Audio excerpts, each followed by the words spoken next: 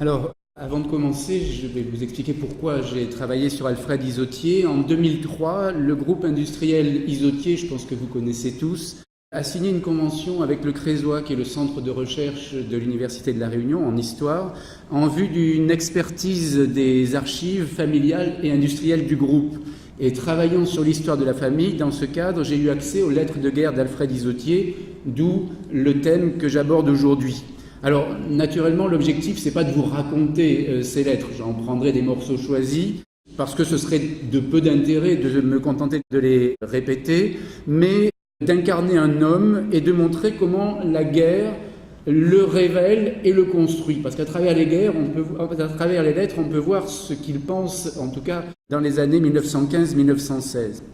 Alors, incarner cet homme afin de prendre conscience de la réalité de la mobilisation des soldats réunionnais à partir d'un cas concret. Sur les enseignements à tirer de cette étude, pour résumer en une phrase, pour problématiser, je pense que j'aurais pu sous-titrer cette intervention du rejet de la guerre à la réussite par la guerre. Et on voit avec cet axe problématique que je vais essayer de démontrer, qu'on est loin avec Alfred Isotier et du cliché d'un départ à la guerre fraîche et joyeuse, et également de l'idée que la guerre est simplement destructrice. Tel Shiva, la guerre détruit, mais la guerre en même temps reconstruit en rebattant les cartes de la vie. Évidemment, c'est une reconstruction dont le prix à payer est particulièrement lourd. Alors, je vais commencer en présentant l'homme pour comprendre qui est Alfred Isotier avant de le découvrir à travers ses lettres de guerre. Alors, Alfred Isotier, on peut dire que c'est une figure politique du Saint-Pierre de l'entre-deux-guerres. Alors, quelques mots pour le présenter. Il est né le 28 janvier 1881 et décédé le 30 janvier 1950. Il était le fils du maire de Saint-Pierre, François Isotier, et le père de Alfred Isotier, dit Tifred, qui devient maire de Saint-Pierre de 1966 à 1983. Donc ça nous le situe entre son père, maire de Saint-Pierre, et son fils, également maire de Saint-Pierre. Alors, vous avez là une photographie, vous avez vu une photographie en sépia de Alfred Isotier, qui est la photo, disons, on pourrait dire presque officielle de ce personnage, évidemment bien longtemps après qu'il ait écrit ses lettres, au moment où il est devenu le personnage Alfred Isotier, on peut dire une des figures de la Réunion. Alors, Alfred Isotier, en 1914, quand éclate la guerre, administre l'entreprise familiale, la distillerie de Rome, qui se situe à Saint-Pierre, à proximité du front de mer. Vous avez là une photographie, alors s'il y en a qui connaissent Saint-Pierre, on a ici ce qui est devenu aujourd'hui le Conservatoire de musique de Saint-Pierre, et on peut toujours voir cette cheminée, mais aujourd'hui encadrée dans 4 murs qui empêchent d'y accéder.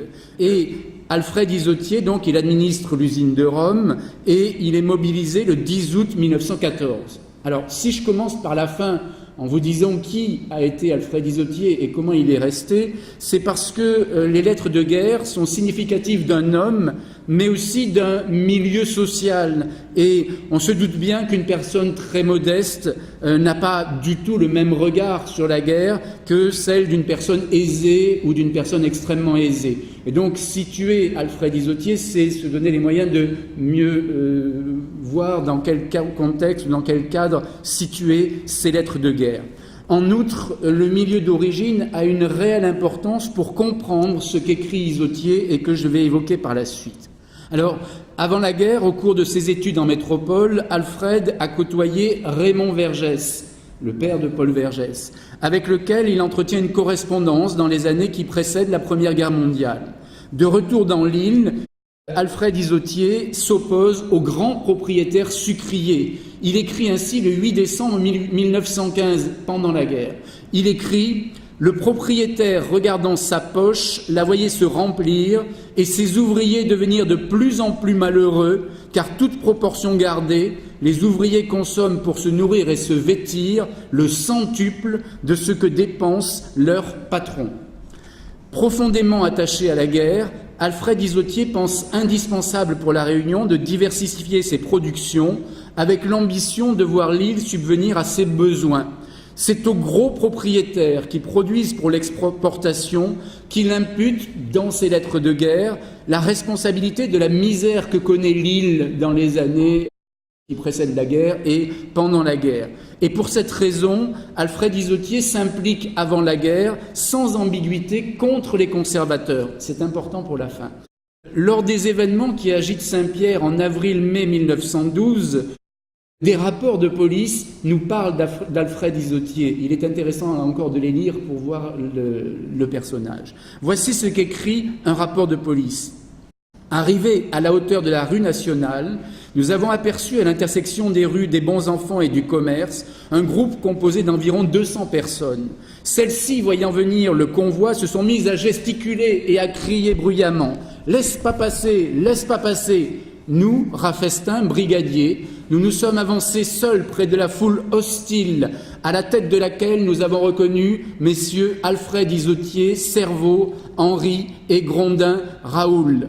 Nous nous sommes adressés à ces messieurs et particulièrement à monsieur Isotier Alfred. Nous leur avons demandé de bien vouloir inviter leurs amis à se retirer et à laisser passer le convoi que nous avions pour mission de protéger. Et monsieur Isotier Alfred et plusieurs de ses amis ont répondu « Nous sommes spectateurs comme tout le monde, nous ne pouvons rien faire. Et les charrettes ne pourront pas passer. » Aussitôt, tout le groupe qui nous environnait s'est écrié « Passera pas, laisse pas l'y passer ». Donc il est à la tête d'un groupe qui, on dit ensuite, ils jettent des pierres, ils sont extrêmement violents. Alfred est alors engagé dans la vie politique avec son frère aîné Paul Isotier, qui a été un temps maire de Saint-Pierre, aux côtés du radical socialiste Georges Boussenot. C'est dans ce contexte, puisque là on est dans les années qui précèdent immédiatement la guerre, c'est dans le contexte qu'intervient la mobilisation d'Alfred Isotier. À la veille de la guerre, juste au moment de la mobilisation, je l'ai dit, Alfred Isotier gère l'entreprise familiale spécialisée dans le rhum. Et il est à la tête de l'entreprise, mais elle n'est pas à lui, il en possède un 6e qu'il doit partager avec ses frères et avec ses cousins. Et quand il est mobilisé, le 10 août 1914, très rapidement, enfin, pas tout à fait très rapidement d'ailleurs, puisque la première lettre date du conservé, en tout cas date du 21 août 1915, il écrit à sa famille. Et les lettres, la première date conservée date du 21 août 1915 et elles se poursuivent jusqu'au 16 mars 1916. À raison à peu près d'une lettre tous les 15 jours et certains mois il n'y a qu'une seule lettre. Bon, c'est aussi une question bien sûr d'acheminement des courriers.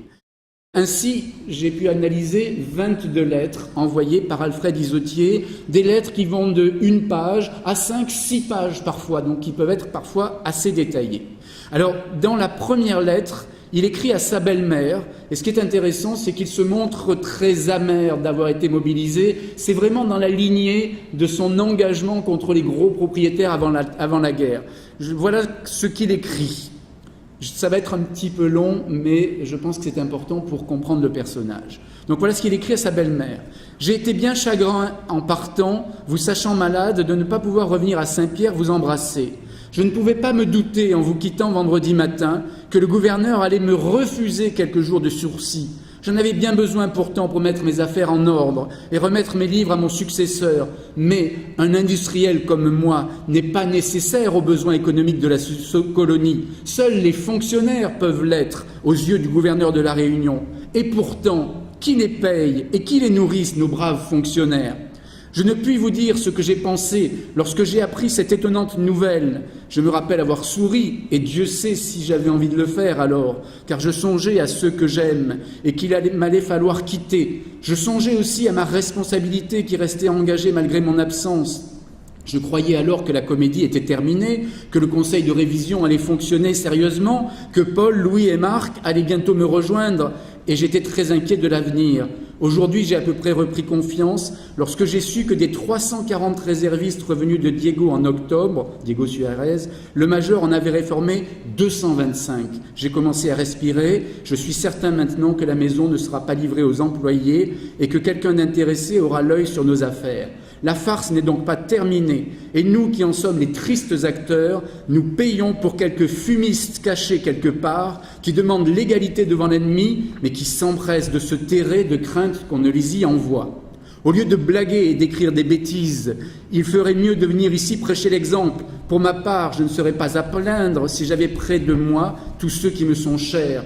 Je vous dirais même que je serais heureux, car je sens que ma présence est utile ici. Mon devoir est de protéger, d'aider et de consoler les malheureux qui viennent de chez nous démunis de tout et principalement de la force morale nécessaire pour surmonter leur chagrin et leur rancœur. Oui, ils sont à plaindre, ces pauvres gens. L'éducation qu'ils ont reçue en est la cause. Ils n'ont pas de volonté, ne savent pas se sacrifier et encore moins souffrir. Les officiers sont bons pour eux, mais cela ne suffit pas. Ils ne reprennent courage que lorsque je suis au milieu d'eux. Ça, c'est son côté paternaliste. Car je les conseille et je les remonte. Je suis heureux et fier de cette tâche que Dieu m'a chargé de remplir. C'est une consolation pour mon pauvre cœur qui se brise lui aussi lorsque je songe à mon pays. Puisse l'état de choses actuel durer le moins longtemps possible, car je m'ennuie à mourir ici malgré les avances des camarades. Je n'ai pas le cœur aux distractions et je m'enferme volontiers dans ma chambre. Là au moins je suis seul et j'ai le droit d'être un homme. Si j'ai envie de pleurer, je me couche et le soleil me vient en aide. En chassant de ma vue mon pays et ma famille, il faut que je sois soldat. Mais je suis trop vieux maintenant et quoi que je fasse, je n'aurai plus la foi. Je ferai mon devoir. Dieu et la France ne me demanderont pas davantage. Fin de citation. Alors j'ai longuement lu cette lettre car elle me semble très riche d'enseignements. On n'y lit d'abord aucun enthousiasme pour partir à la guerre. Et d'ailleurs à son épouse, dans une autre lettre, il écrit « Je regrette mon bonheur perdu ». On peut naturellement le comprendre. On y lit aussi un très fort rejet, comme dans ces combats de rue qui précédaient la guerre, contre l'ordre colonial en place. Il n'a aucune envie de combattre pour la patrie, même s'il sent que c'est un devoir. Le seul sentiment d'engagement qu'il exprime dans ses lettres est tourné vers sa famille, parce qu'il se sent responsable de sa famille et coupable d'être loin et de ne pouvoir la supporter. On sent aussi une véritable résignation devant la nécessité. Il n'a pas le choix, il faut qu'il y aille. Il écrit ainsi à son épouse « Pour moi, tu n'as rien à craindre, je ne te ferai jamais rougir, je ne serai pas téméraire, mais je serai brave. Si j'arrive sur le front, ce qui est peu probable, à moins que la guerre ne dure encore 6 mois, je saurai faire mon devoir de Français et, s'il m'arrivait malheur, tu pourrais être fier de ton mari et plus tard dans la vie, notre fils, qui avait quelques mois alors, n'aura pas à baisser la tête, non un peu plus, quelques années, n'aura pas à baisser la tête lorsqu'on lui parlera de son père. » Alors, comme beaucoup, au début de la guerre, Alfred Isotier croit que la guerre sera courte. Ça ne dure pas beaucoup. Très vite, dans les lettres suivantes, il a compris que ce ne sera pas le cas. Sans doute la sensibilité, bien sûr, à la propagande et peut-être la volonté de rassurer sa famille. Alors, c'est ensuite, dans les lettres suivantes, on le sent déjà dans celle-là, un profond découragement qui s'empare de lui quand il découvre la réalité du front. À partir de la lettre du 26 décembre 1915, à l'inverse, le ton devient positif. Il est à peu près convaincu qu'il va revenir assez rapidement. Il revient il est démobilisé début de l'année 1916 et il sait un petit peu à l'avance que ça devrait arriver. Alors la fin de la guerre, même sans y croire, et il parle de plus en plus de son retour. Donc il y a 2 temps dans les lettres. Les premières, où il est en colère d'être là-bas, où il trouve ça injuste, où il est loin de sa famille. Et la deuxième partie, où il est sur le front, c'est dur, d'ailleurs il est blessé, il est à l'hôpital, mais il se dit, parce que j'ai été blessé, parce que il a aussi le soutien de Boussenot qui intervient pour lui, il sait qu'il va revenir. Donc au moment où il est sur le front, dans les conditions les plus dures, c'est aussi le moment où les lettres sont finalement le plus positif. Puis peut-être qu'aussi il a digéré le fait d'avoir été envoyé sur le front. Alors, dans ses courriers, on l'a senti un petit peu dans le premier, il manifeste le souci de préserver ses hommes. En droite ligne de son engagement d'avant la guerre, il s'indigne des dures conditions faites aux Réunionnais mobilisés et aux conditions de la mobilisation. Il s'indigne notamment des conditions de traversée des soldats de la Réunion à Diego Soares, où sont emmenés les soldats de la Réunion à Madagascar. Il écrit ainsi « Ces malheureux ont été couchés sur le pont du navire sans qu'on leur ait donné la moindre couverture pour s'enrouler et pour dormir. Dieu a eu pitié d'eux et nous a envoyé pendant toute la traversée une agréable température. Il aura jusqu'au bout pitié de nous et nous accordera à tous la joie ineffable de retrouver bientôt tous ceux que nous aimons. » Ça, c'est au moment où il est parti. Il s'indigne aussi des conditions d'accueil à Diego Soares, à la caserne. « Pour l'instant, nous souffrons tous. Cela nous sera compté un jour. Eux souffrent plus que moi, car ils sont de plus mal chaussés, mal vêtus et très mal couchés. Aussi, à tout instant, sont-ils pris de fièvre et de frissons. Le lieutenant me les ayant confiés, je leur fais faire le moins d'exercice possible, car j'ai peine à les voir traîner leurs lourdes chaussures. Que fera-t-on de nous? Nous l'ignorons encore. Les instructions sont attendues de Tananarive. Partirons-nous pour la France? Resterons-nous à Diego? Je ne cherche pas à le savoir et je m'incline devant la volonté de Dieu. En tout cas, il exprime à de nombreuses reprises son sentiment que les Réunionnais ne sont pas faits pour la guerre, ils ne sont pas dans une condition physique suffisante pour mener la guerre. Il mène aussi d'autres considérations. Sur la vie de soldat, il parle très peu de ce qui se passe à Diego Soares, à part ce que j'ai déjà lu. Alors, vous avez ici quelques images des lieux dans lesquels sont accueillis les Réunionnais à Diego Soares. Le départ pour le front se fait sur un bateau des messageries maritimes, qui étaient les bateaux qui assuraient la liaison entre la métropole et la Réunion, et sa troisième lettre est écrite du navire le Sydney, dont vous avez ici un cliché, mais qui est pris là à Marseille. C'est un navire des messageries maritimes. Alors, je n'ai pas le temps de vous lire le passage. Tout ce qu'il dit tout de même, c'est que toutes les cabines du navire sont pleines et qu'ils sont plus de 600 personnes à bord. C'est un navire qui compte 209 places. Et donc évidemment, il explique que les pauvres soldats surtout sont maltraités, ils sont pour la plupart dans l'entrepont et logés les uns sur les autres, manquant d'air, manquant d'eau, ils font leur purgatoire sur le bateau et malgré cela, ils sont toujours gais. Voilà un petit peu ce qu'il dit et la manière dont il décrit la traversée.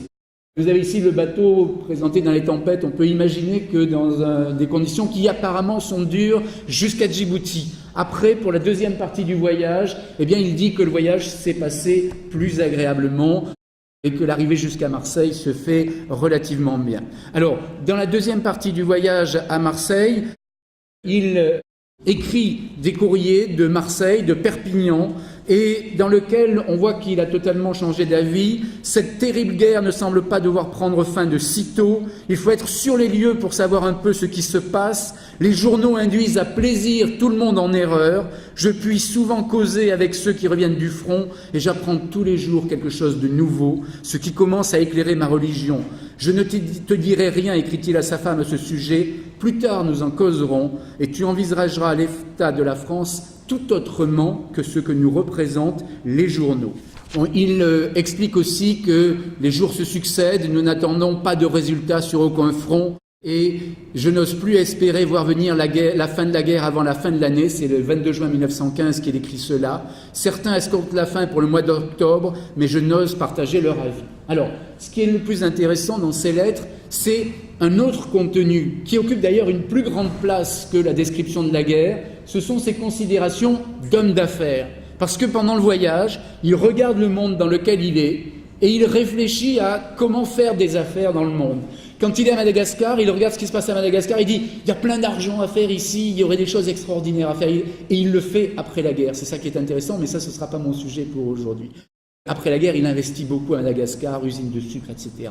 Et dans ses courriers, il montre une véritable curiosité pour le monde. Il note ainsi la transformation de la ville de Majinga lorsque le Sydney y fait relâche. Il évoque, je passe le passage sur les fantastiques possibilités de Madagascar. Ça, c'est lui qui l'écrit. Il explique qu'il y aurait une fortune à faire ici.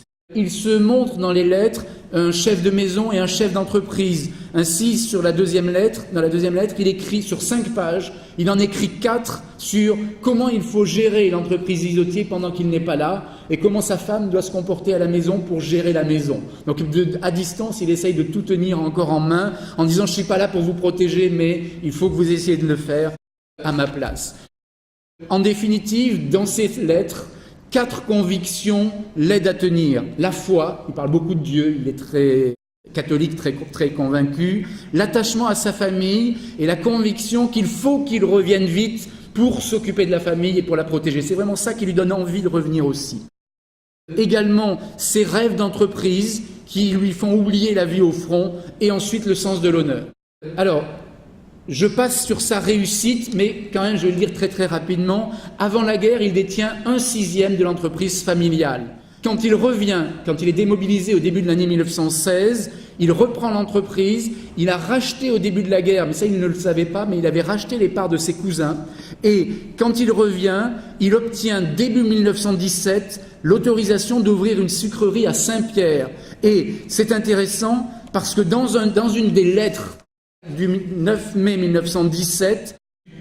octobre 1915, Isotier écrivait « Avec les cours du sucre que me donne Paul, on est en pleine guerre, hein, avec les cours du sucre que me donne Paul, l'argent se fera plus rare dans notre pays, ne sera plus rare dans notre pays. C'est le moment d'en profiter et de planter de la canne. Il y a encore quelques bonnes années pour cette culture, car on ne remontera pas de sitôt les usines de France et de Russie démolies par les Boches, et il faudra quelques années pour réparer les dégâts causés dans les champs et reconstituer les stocks de sucre.